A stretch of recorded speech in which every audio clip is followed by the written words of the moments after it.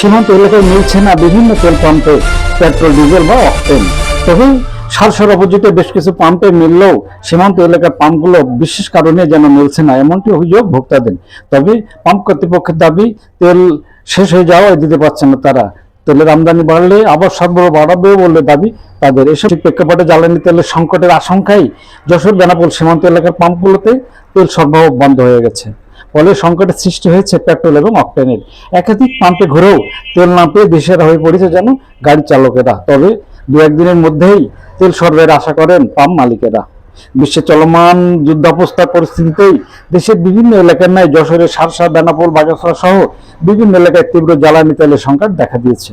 বিশেষ করে বেনাপোল সীমান্ত এলাকায় 5টি তেল পাম্পে গত 2 দিন ধরে পেট্রোল বা অকটেন সরবরাহ বন্ধ হয়ে গেছে।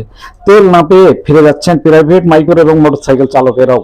তবে বেনাপোল সীমান্ত এলাকার বাইরে 2-1টি পাম্পে 100 থেকে 200 টাকা পেট্রোল এবং অকটেন দেওয়ার কথা বলছেন ভোক্তারা। কি বলছেন তারা, শুনবো তাদের কথা। তেলের জন্য আসছিলাম, হঠাৎ করে তেল বন্ধ হয়ে গেছে, সম্পর্কে তো আমাদের কোনো ধারণাই নেই।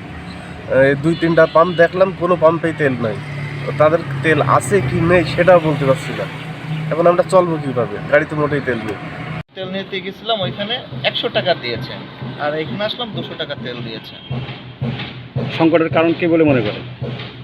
সংকটের কারণ বহির্বিশ্বের যে অস্থিরতা সৃষ্টি হয়েছে, সেই জন্য হয়তো বা এটা হচ্ছে। আসছিলাম আজকে একটা 3টে পাম্পে গেছি, একটা পাম্পে তেল দেয় না, তেল বলে নাই, দিতে বলে নাই। সামলা গাছে দেখেছি, সামলা গাছে 200 টাকা করে দিচ্ছে। দেখি কাগজপুকুর, এটা দিঘির পাড়, এখানে তেল নাই, দিচ্ছে না। এখানে আসলাম তো তেল দিচ্ছে 200 টাকা সর্বোচ্চ, তার বেশি দিচ্ছে না।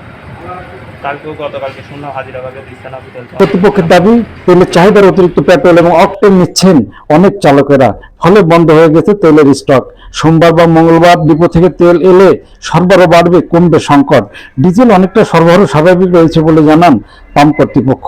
কি বলছেন তারা, শুনবে তাদের কথা। তেল আমাদের সকাল থেকে যতক্ষণ ছিল আমরা দিয়ে দিয়েছি, এখন বর্তমান ডিজেল আছে, ডিজেল দিচ্ছি, পেট্রোল অফ আছে। নিবা পাম্পে তেল স্বাভাবিক ছিল, যতক্ষণ ছিল আমরা তেল দিয়েছি, পেট্রোল ফুর হয়ে গেছে। এখন ডিজেল অল্প কিছু আছে, আমরা দেওয়া অব্যাহত রাখেছি, কম বেশি কৃষকদের 5 লিটার 10 লিটার এভাবে দিচ্ছি। আমাদের পাম্পের থেকে